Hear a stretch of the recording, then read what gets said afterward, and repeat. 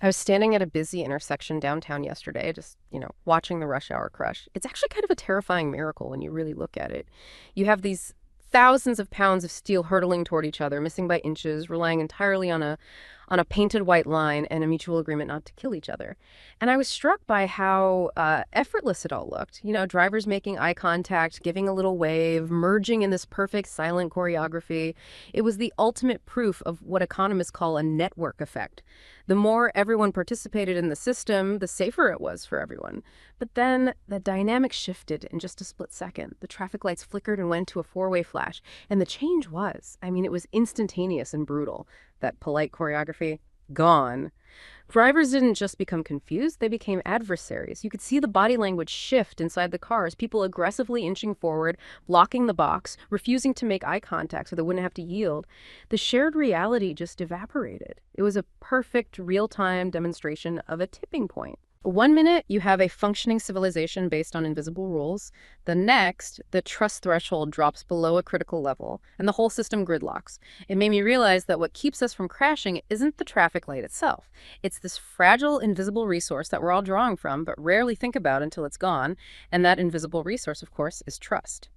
So we're moving today from a simple traffic stop to, the fundamental architecture of society itself. This deep dive is all about analyzing that fragile infrastructure of civilization from our own personal behavior all the way up to global policy negotiations. It's the essential collective good, really. And I think the mission today is to explore its mechanics. We're going to look at how trust functions as the infrastructure of civilization, how it supports our most vital systems, public health, democracy, global cooperation, and then what happens when that network just collapses. And crucially, what causes it to collapse? Yes, what causes that trust threshold to drop, and maybe, just maybe, how we might begin the very necessary, very long-term process of restoring it. Okay, so let's unpack that. Let's start with the absolute foundation. If trust is this infrastructure, how do we formally define its role in society? Well, we define it first and foremost as the belief that political institutions and their leaders are consistently and reliably acting in the best interest of the public. That's a key distinction, isn't it? It's not just about liking a politician. Not at all. It's whether you believe the entire system, the courts, the bureaucracy, the legislature, is structured to benefit the collective whole. Not just a privileged few. If you take away that core belief, the entire edifice of civilization becomes, fundamentally unstable. I find it fascinating how far back this goes. I mean, we're not talking about some recent management theory. This is political philosophy from centuries ago. Exactly. If you look back at the Enlightenment figures like Rousseau, Hobbes, they viewed trust as the critical core of the social contract. Right. Hobbes's famous line about life without it being nasty, brutish, and short. Precisely. Yeah. The social contract is this unwritten, implied agreement where we as individuals willingly yield some of our radical personal freedoms to an established system, to a governing body. And in exchange for giving up that freedom, what do we get? You get predictable security. You get order, stability, and all the massive shared social benefits that only a structured society can provide. But, and this is the crucial point, that whole exchange is entirely dependent on trust. Because if you don't trust the system to deliver on its promises, why would you give up any freedom at all? If you believe the system will misuse the power you've given it, the whole foundational arrangement just dissolves, and the risk of civil chaos goes up exponentially. That brings me right back to my experience at the intersection, that sudden realization that safety is a shared investment. You mentioned the network effect. How does that economic concept really apply to something as abstract as social trust? The network effect is really the essence of a public good. Think of it this way. The value of a physical network, like, say, the internet or a railway system, it increases exponentially the more people connect to it. Right. One person with a phone is useless. A billion people with phones changes the world. Exactly. Trust operates identically. One person trusting their neighbor is helpful, sure. But when 80 or 90% of a population trusts the central institutions, the scientific community, the police, the government, the benefits just multiply. Yeah. You get this massive positive feedback loop. So when trust is high, everything gets cheaper and faster. Precisely. High trust leads to more social cohesion. It reduces what we call legal and administrative transaction costs. Meaning you don't need to verify every signature or write 100 clauses into every contract. Exactly. It multiplies the benefits you get from cooperation. When everyone trusts the system, society operates with this profound efficiency. But conversely, when trust drops, every single interaction requires legal oversight, verification, conflict resolution, and the entire society just moves slower and costs more. This concept of mutual benefit, it leads us directly to the idea of expected behavior, what the research calls reciprocity.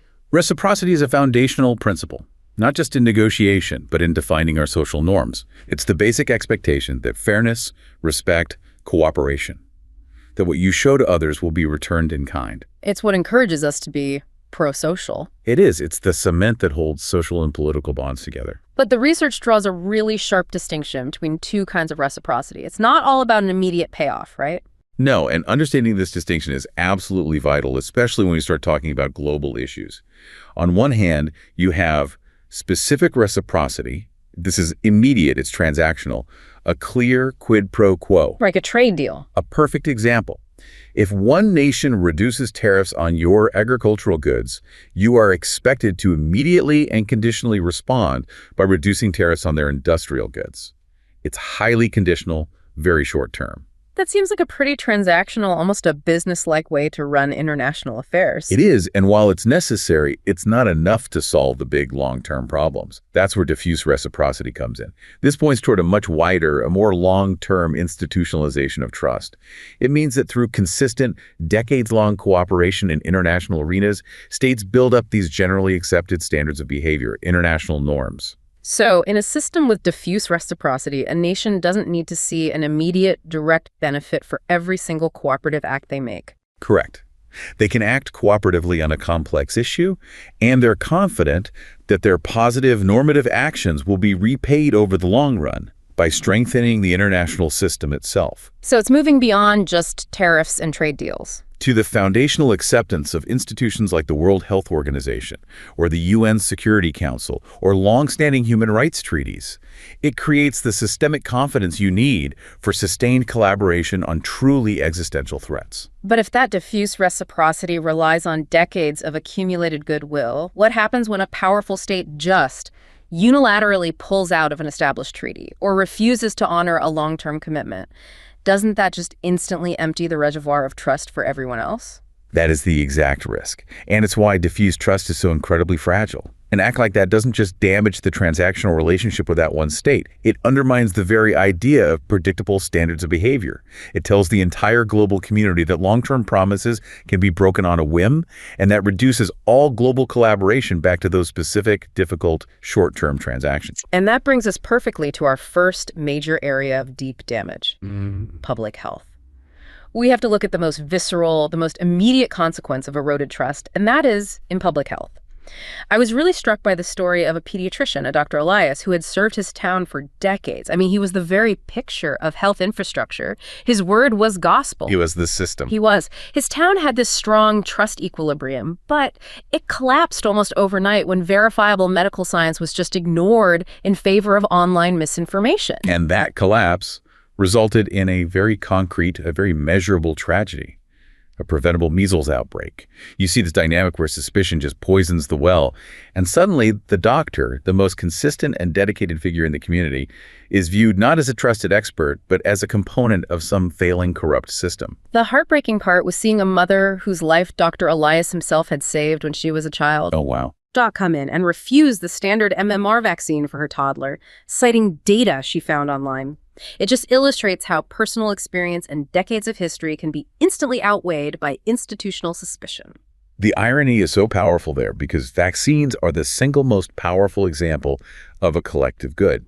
When an individual chooses to get vaccinated, they are not just protecting themselves, they are actively strengthening the entire herd. Right, for the people who can't get vaccinated. Exactly.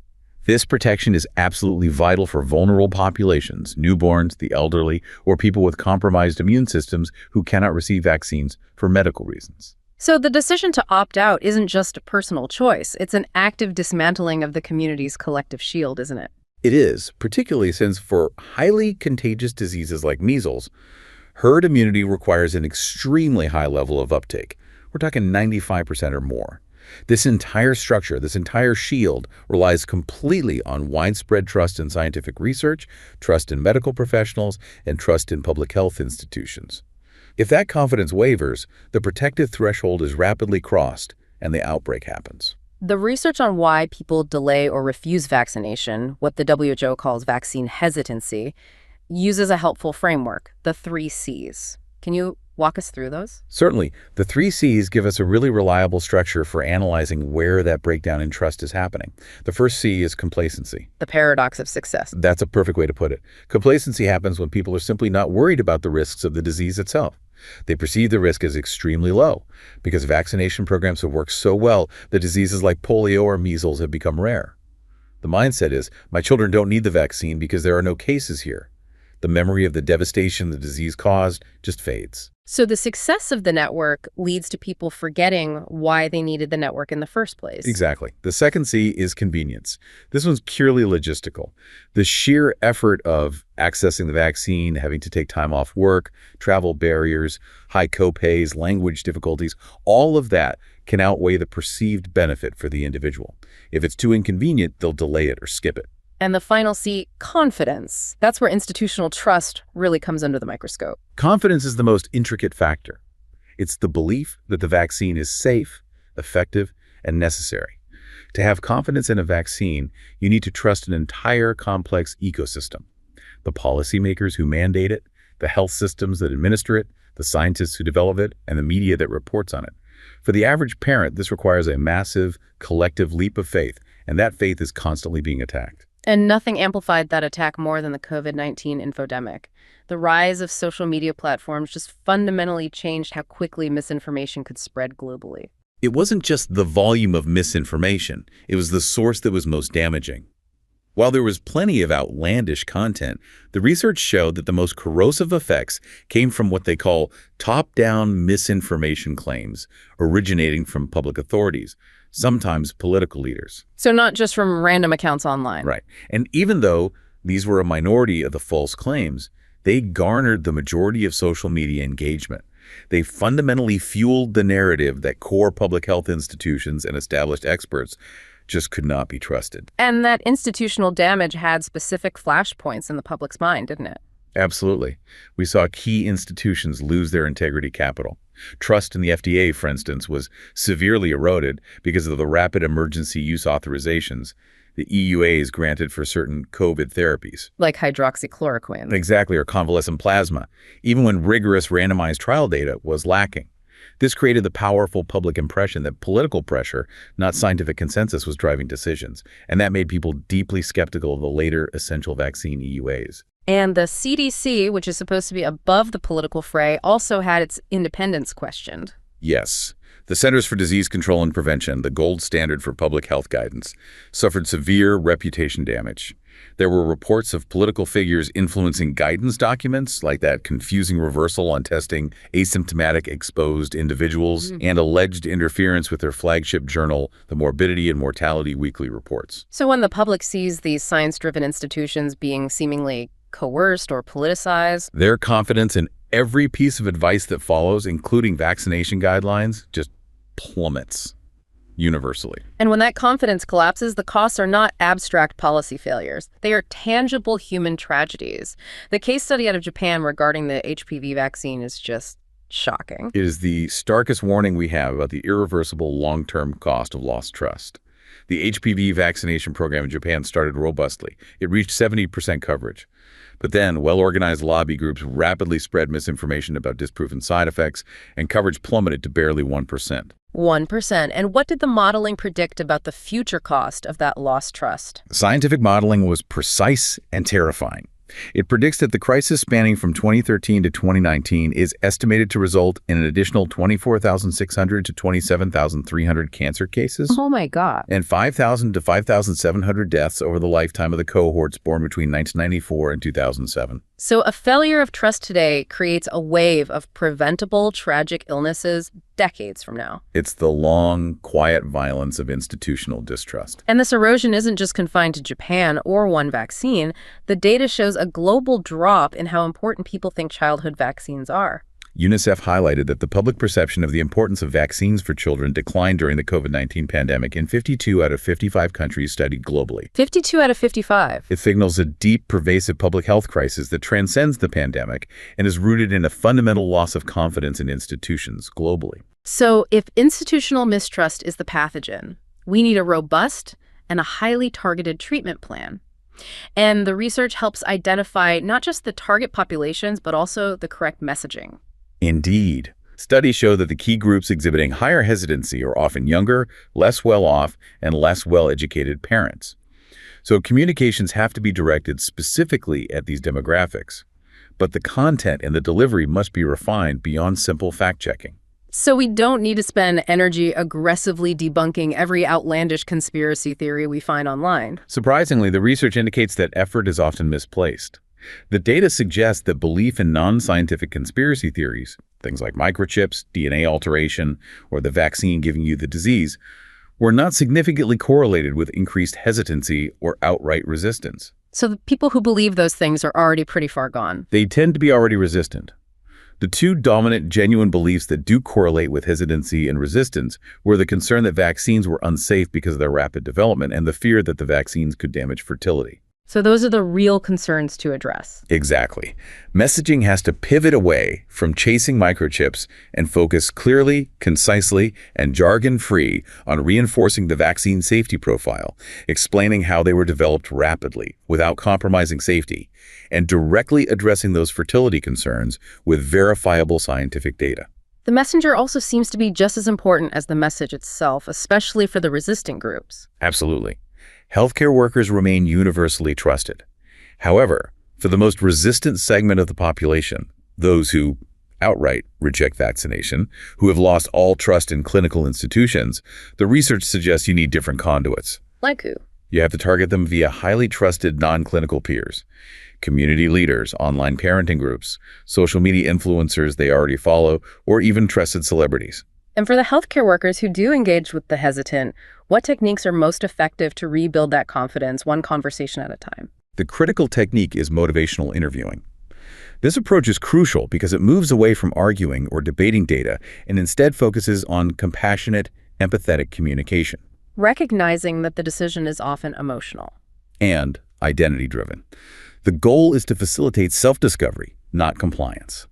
Healthcare professionals are encouraged to use the ask, provide, verify method.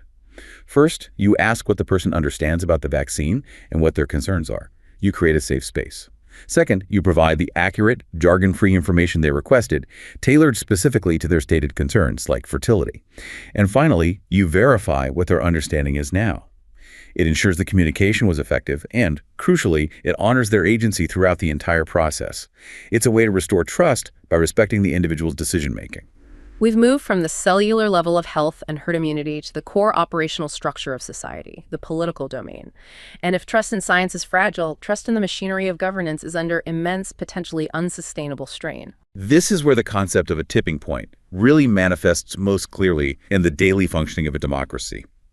When trust in the rules of the game is lost, the system slows down. Or worse, it just halts entirely.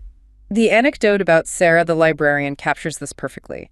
She was a veteran election volunteer, served for 30 years. The process was always sturdy, implicit, but then the atmosphere changed completely. She wasn't viewed as a neutral civic facilitator anymore. She was treated as an opponent, a combatant. Aggressively questioned over using a red pen instead of a blue one. Yes, purely on the suspicion that it was some kind of corrupt signal. That narrative just illustrates the profound crisis of institutional legitimacy we face. The physical infrastructure of the vote count, the ballots, the protocols, it all remained the same. But the lens through which the public viewed that infrastructure had shattered. So every small administrative action gets interpreted through a framework of conspiracy and suspicion. And the simple, necessary, low-cost act of holding an election becomes impossibly expensive in terms of time, security, and civic energy. And as a result, experienced volunteers like Sarah quit. That represents decades of localized civic capital just walking out the door. And that mirrors a global trend, doesn't it? It does. Institutional trust, particularly in the United States, has been in a sharp decline. It's dropped 22 percentage points since 1979. More importantly, this is a worldwide issue in contemporary Western democracies. But the research offers a crucial nuance. Not all institutions are suffering equally. What's the distinction being drawn in the research? The crisis is concentrated in what we call representative institutions, parliaments, governments, and political parties. Globally, trust in parliament declined by about 9 percentage points from 1990 to 2019 across democracies. But other institutions are holding steady. Yes. Trust in non-representative institutions, the police, the civil service, the legal system, has largely remained stable, or in the case of police, even risen by about 13 points during that same period. So people still generally trust the people who execute the law and provide essential services, but they don't trust the people who write the laws or the political structures they represent. Why the disparity? Well, non-representative institutions are often perceived as less partisan and more functional. They're designed to deliver services and maintain order, adhering to professional standards. Elected officials and political parties, on the other hand, are perceived as prioritizing partisan interests, engaging in gridlock, and being susceptible to corruption. The public is losing faith in the mechanism of political representation itself. Let's delve into the 4 key forces that constantly feed this cycle of distrust in representative government. We can start with polarization. Polarization is perhaps the most visible driver. When politics becomes an existential battle, the focus shifts entirely to prioritizing party victory over the common good. This inevitably results in partisan gridlock, the inability to pass necessary legislation or tackle major issues like climate change or infrastructure reform, and citizens become disillusioned. Because they see a system that's actively incapable of solving their problems. Exactly. This lack of effectiveness fuels profound distrust, and it confirms the public's fear that the system is broken by design. Next on the list, there's the perception of corruption. And corruption goes beyond simple bribery and embezzlement. It includes things like regulatory capture, where powerful industries influence policy and regulation to favor their profits over public safety or interest. When instances of abuse of power or ethical breaches are exposed, it fundamentally undermines the fairness and integrity of the entire process. It validates the view that the system is rigged to benefit insiders and power brokers. Breaking that essential foundation of the social contracts. It does. And the third factor, inequality, feels like it ties corruption and paralysis together. How so? Economic and social disparities are massive trust generators, or trust killers.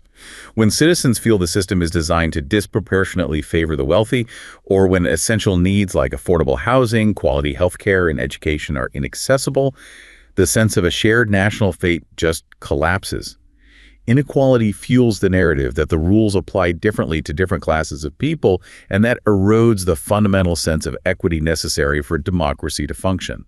And finally, we have media distrust, which connects right back to the information crisis we saw in public health. Absolutely. The perceived bias and the massive spread of misinformation severely weaken public confidence in the information they receive about governance. The media is essential for accountability. It acts as the eyes and ears of the public. When the credibility of that channel is compromised, often fueled by algorithms that prioritize sensational or divisive narratives, citizens can't agree on shared facts. It becomes impossible to hold power accountable or even accept the outcomes of political processes. The shared reality necessary for civic engagement just fragments. It shatters. So, what is the ultimate risk when this institutional trust breaks down? Beyond just gridlock, what's the big picture consequence? The consequences are systemic destabilization. Low political trust is strongly associated with increased support for populist leaders who specifically rail against the political establishment. These figures often thrive precisely because they confirm the public's worst suspicions that the system is corrupt and must be dismantled. And makes it harder for governments to actually govern. Profoundly harder. If the government announces a necessary climate regulation or a public health mandate, and half the population refuses to comply based on deep-seated distrust, the capacity of the state to govern effectively just vanishes. It leads to inefficiency, social instability, and unrest. All because the machinery of governance becomes so expensive and arduous to operate. We've talked about trust within communities and within nations. Now we have to shift focus to the global stage, where the stakes are truly existential. The climate crisis requires international cooperation at a level we've never seen before, and that requires trust across borders for shared survival. The geopolitical domain presents the highest hurdle for trust. It requires sustained, long-term commitment and shared sacrifice across sovereign entities, often navigating this legacy of historical injustices and vast economic disparities. The anecdote about Tavita, the climate negotiator from a Pacific Island nation, captures this tension perfectly. His home is literally disappearing due to rising seas, and he's offered a technically sound financing package from a wealthy G7 country, but he hesitates. What causes that deep-seated skepticism? Tavita's hesitation is rooted in history. It's the empty reservoir of trust. He's looking beyond the current offer to the consistency of the one offering it. He remembers the failure of developed nations to deliver on the $100 billion per year climate finance pledges that were made way back in 2009. Right. So without that diffuse trust, that faith that the current administration will honor the commitments of previous ones, the deal doesn't look like a solution. It looks like a potentially ephemeral agreement, subject to the whims of the next political cycle. And climate change is the ultimate collective action problem. It can't be solved through isolated national actions. Success demands harmonizing economic growth and poverty alleviation in developing nations with ambitious, unified global emissions reductions. That demands trust in shared sacrifice and critically equitable burden sharing. And at the heart of this tension is the deep north-south divide and these fundamental equity concerns. This is the core argument. The debate centers on historical responsibility. Industrialized nations in the global north, the U.S., for example, responsible for about 25% of historical CO2 emissions, and the U.K. accounting for another 22%. They contributed the overwhelming majority of the emissions that caused the problem. Exactly. Yet the greater burden of climate impacts is carried by poor, developing nations, particularly in Africa and small island states, who are weathering these climate-induced shocks. So developing nations use the principle of common but differentiated responsibilities. What does that mean in practical terms? It means they acknowledge the shared threat, but they insist that developed countries must take the lead on reductions and provide the necessary financial and technological support. Developing nations argue that their need for economic growth and modernization addressing poverty, building essential infrastructure, requires flexible policy options, including allowing their emissions to grow for the short term. And this tension is starkly visible when we analyze how money moves or fails to move, leading to the financial trust gap. Developing countries are prioritizing adaptation over mitigation. They are rightly demanding that adaptation building seawalls, developing drought-resistant agriculture, preparing for impacts already in motion be prioritized. After all, their immediate survival is at stake. But the financial flows tell a drastically different story. The vast majority of green finance is heavily skewed toward mitigation initiatives. Why does mitigation get all the money? Because mitigation initiatives, things like building massive solar farms or transitioning heavy industry to renewable energy, offer solid financial returns and widespread societal benefits. These are attractive to private funders. Adaptation funds, however, which go toward localized benefits like shoring up coastal defenses, they typically offer only localized benefits and fewer robust financial incentives. The disparity is stark. And we keep coming back to that original broken promise. We do, because it continually empties the trust reservoir. Developed countries pledged $100 billion per year in climate finance. They missed the target. But even worse, the bulk of the money that was delivered was heavily skewed toward mitigation, ignoring the desperate adaptation funding needed by vulnerable nations. And that absence of consistency just justifies the skepticism of negotiators like Tavita. It completely justifies it. Let's look at a completely different source of friction, the carbon pricing dispute. Developed nations promote market mechanisms like global carbon taxes or cap-and-trade systems as the most efficient solution. Right, they promote carbon pricing as the most efficient way to make the polluter pay. However, this is largely rejected by the Global South, particularly because of mechanisms like carbon border adjustments, or CBAs. Can you clarify what a carbon border adjustment is and why developing nations view it as a threat? A CBA is essentially a tariff levied by an importing country, say the US or the EU, on goods manufactured in countries that don't have an equivalent stringent carbon pricing mechanism. The intention is to prevent carbon leakage, where high carbon production just moves to nations with laxer environmental laws. But developing nations see it as protectionism in disguise, a disguised tariff. Precisely. They argue these border adjustments unfairly raise the cost of their essential energy-intensive exports like steel, cement, and aluminum, imperiling crucial infrastructure projects and hurting their global competitiveness. And they argue that these unilateral trade mechanisms just sideline multilaterally agreed norms. So how do we begin the daunting task of restoring interstate trust when the history is so polluted with broken promises and unresolved equity issues? The only pathway forward is through a fundamental shift toward absolute transparency, consistency, and a broadening of the agenda. Trust must be established through concrete, verifiable consistency, honoring financial pledges completely, ensuring genuine technology transfer, which likely requires significant reforms to intellectual property rights regimes, and making the negotiation agenda inclusive.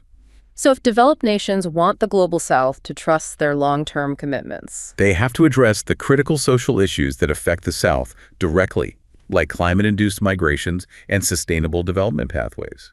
If the negotiation table only addresses the concerns of the global North, the skepticism will remain logical, and the necessary global cooperation for survival will not happen. this deep dive has shown us trust across 4 critical domains, from the choreography of traffic to the negotiation of global treaties. What is the single common thread that ties together the collapse of a traffic light system, a measles outbreak, the paralysis of a democracy, and the gridlock of climate negotiations? It is the realization that trust is fundamentally universally fragile, and it's subject to sudden collapse via threshold effects and tipping points. We saw it in every single example. Once trust falls below that critical threshold, the forest drying out, even a small event, the spark of one viral video or one perceived instance of political bias can trigger the wildfire of collapse. And this collapse leads inevitably to that vicious cycle we observed in governance. Cynicism breeds a decreased willingness to cooperate, which leads to institutional inefficiency, which then further confirms the initial cynicism. The self-destruction is baked into the system once that critical mass is lost. The only way to reverse this trajectory is through a conscious, concerted, institution-wide effort to be more transparent, more accountable, and more reliable than we have been historically. We need a repair manual for the invisible infrastructure. The research identifies 4 core actionable pillars for this restoration. Let's start with transparency. What does active transparency look like in practice, beyond just admitting mistakes? Transparency requires institutions to be radically open and honest, making their internal workings and decision-making processes visible. For example, when public health bodies share all scientific trial data in real time, or when a government shares its budget justifications in clear, jargon-free terms, it counters misinformation and suspicion immediately. It builds trust because it allows citizens to follow the logic and verify the intent behind the decision. Next, accountability. This seems to be the necessary follow-up to transparency. It is. Accountability means establishing robust, independent systems to investigate wrongdoings, whether it's political corruption or a scientific cover-up, and imposing clear, immediate consequences. When people see that no one, regardless of rank or political affiliation, is above the rules, it restores faith in the system's integrity. Accountability is the process that proves the system is not rigged. The third is consistency. We saw the devastating lack of consistency in those climate finance promises. Consistency is the critical virtue in building long-term diffuse trust. It means acting predictably and reliably, ensuring that institutional actions consistently match stated values, and, crucially, keeping promises, whether it's the social contract guarantee of public safety or a global financial pledge. Consistency reduces uncertainty. It allows people to depend on the institution's word over time. And finally, community engagement, which breaks the mold of the top-down lecture or mandate. Yes, rebuilding trust requires moving past purely unilateral solutions. It means actively involving citizens in decision-making processes, listening to their genuine, emotionally driven concerns, like the fertility fears and vaccination, and working collaboratively to find solutions that address the root causes of their distress. This participatory approach ensures that the solutions are relevant, legitimate, and owned by the community itself. So we've seen that trust isn't some fluffy sentiment. It is a measurable, collective good and essential, invisible infrastructure required for every scale of human organization, from herd immunity to the function of the ballot box. The overarching lesson is that when this resource, this invisible capital, is depleted, the cost isn't merely moral. The cost is fundamentally transactional. The sheer effort required to run a society, to coordinate traffic, to vaccinate children, to hold an election, or to sign a global treaty becomes impossibly high. And that leads to gridlock, inefficiency, and self-destruction. The cost of running a high-trust society is low. The cost of running a low-trust society is astronomical. The future hinges entirely on our ability to prioritize and actively defend this shared capital through radical transparency, accountability, and unwavering consistency.